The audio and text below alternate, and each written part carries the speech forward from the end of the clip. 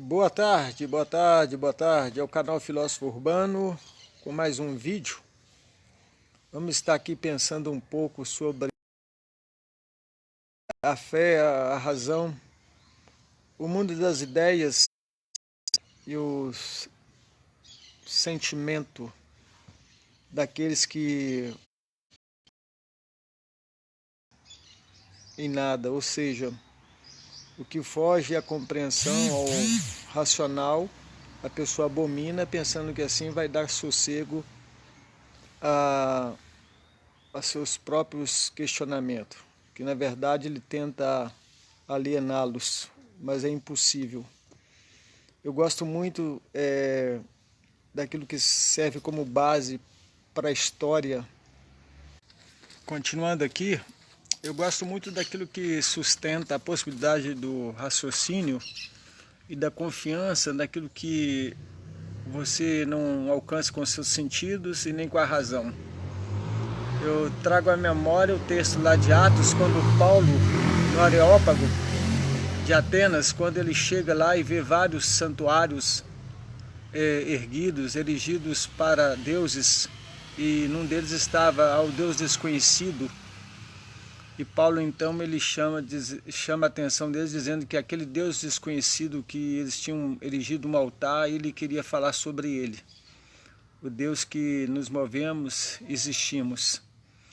E eu gosto também quando a Bíblia fala que sem fé é impossível agradar a Deus, porque é necessário que aquele que se aproxima de Deus creia que Ele existe e que Ele é galardoador, ou seja, Ele recompensa através de um relacionamento com a sua própria presença.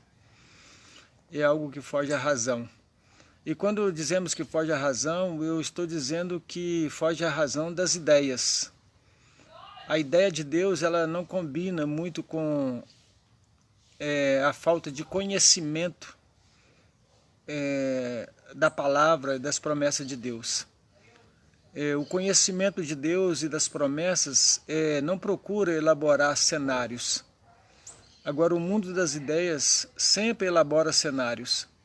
Eu quero citar, por exemplo, o cenário de Jó quando passou por aquela experiência dramática na sua vida. Era o cenário que Deus estava junto com o diabo ali naquele embate, não em disputa de força e poder, mas na verdade numa demonstração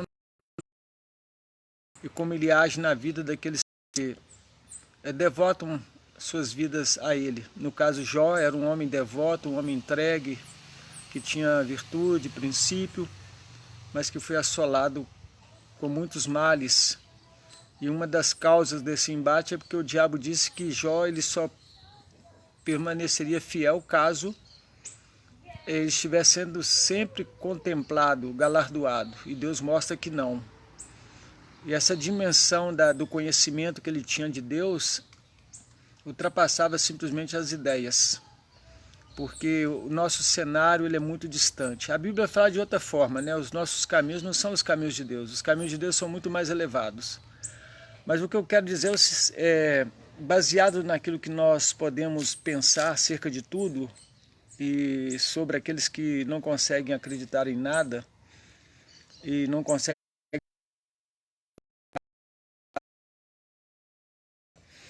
É interessante que faz sentido em dizer que o universo teve um começo no tempo e ao mesmo tempo faz sentido dizer que ele não teve nenhum começo, porque nós não temos como sentir a parte sensória nossa, a percepção, nós não temos como invadir essa dimensão para realmente perceber essa realidade. E as nossas ideias também não conseguem conceber o início nem o fim. As duas possibilidades, elas são... Podemos afirmar que o universo sempre existiu, mas podemos também dizer que não havia nada. Então vamos pensar na perspectiva dos opostos. Diremos que o mundo teve... Agora o cético, ou aqueles incapazes de crer, questões. Eles não querem luz, né? Mas para aqueles que creem na promessa, na palavra de Deus, sabe que nós podemos descansar na certeza de um Deus Criador. Então nós diremos que o mundo teve de começar em algum momento, que ter surgido ou sido criado a partir do nada. Do contrário, nós vamos falar acerca de quê? Nós vamos transformar o nada em tudo. Podemos afirmar que o tudo que temos e que vemos e sentimos, percebemos, veio do nada? Ou teremos condição de nos aproximar dessa grande realidade que existe, mas que as nossas ideias não alcançam? Não conseguimos conceber o cenário real? Um ponto de apoio no qual nós possamos alavancar esta terra, movê-la? Então, partindo desse princípio, eu gosto muito da palavra de Deus, que traz para nós sempre um alento para o coração. O salmista, ele olhando para os céus, na sua meditação contemplativa, imagina ele olhando para a grandeza do universo, a imensidade, a imensidão, ele dizia: Senhor, Senhor nosso, quão admirável é o teu nome sobre toda a face da terra. Quando eu olho os céus, as estrelas, o sol, tudo que criaste, a nossa pequenez diante desse universo é algo tremendo. Então, voltando, do nada surge tudo, esse tudo no início, ou ele sempre foi eterno? Como pode? Aí a Bíblia fala que o justo viverá da fé, e Deus se agrada dele.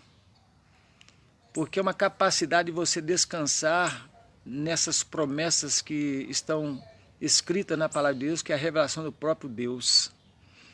Quando nos indagamos de onde vem o universo, especulando todas as respostas, conjecturando, de algum modo a razão estaciona, porque não é possível ter resposta. A razão não possui nenhuma forma sensorial para discernir toda essa dimensão. Nós não temos experiência para trabalhar a proximidade dessa inteligência nossa com essas questões que nós podemos levantar, pois jamais vamos experimentar uma grande realidade que existe. Que algum tempo atrás eu postei que é bom o homem pensar Deus e este homem pensar como Deus pensa o homem. Uma coisa é certa, nós temos uma revelação de Deus, que é a palavra, a Bíblia, histórica, profética, escatológica, e que tem, na verdade, um script, um enredo que ele há de ter o fim.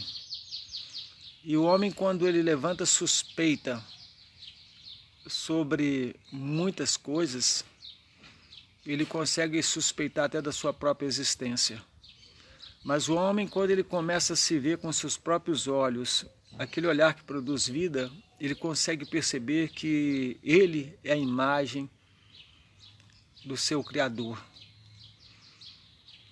E que este homem inteligente, capaz de andar pela fé, de esperar o cumprimento das promessas, ele não pode reduzir toda essa enormidade, essa riqueza de glórias, os atributos, tudo aquilo que concentra no Deus que cremos, nosso Criador, nosso Pai, nosso Deus Salvador, Jesus Cristo, seu Filho. O homem não pode reduzir isso a imagem, a uma ideia, a um sentimento. Mas ele deve reduzir tudo isso a um ponto bem pequeno, do tamanho de um grão de mostarda, uma fé. Uma fé que é capaz de ser alimentado por promessas. E promessas estas que nós só podemos e conseguimos encontrar na palavra de Deus. Porque a palavra de Deus ela é viva e eficaz. E penetra até no mais profundo do ser, divide alma e espírito. Isaías falou que assim será a palavra que sair da boca do Senhor, aquela que ele profere, ela não volta vazia, mas fará aquilo que apraz. A palavra da vida nos foi dada, que é Jesus Cristo, o Logos de Deus, o Verbo de Deus. Que Deus nos abençoe, que as suas questões, a sua incapacidade de crer possa ser reduzido a nada e você então se humilhar debaixo da potente mão de Deus. Que Ele que tem poder de te exaltar, de nos exaltar, de tal maneira que nos sentimos pequenos, mas Deus nos eleva a uma posição de dependência e de confiança nele. E toda glória seja dada ao nome de Jesus, hoje e eternamente.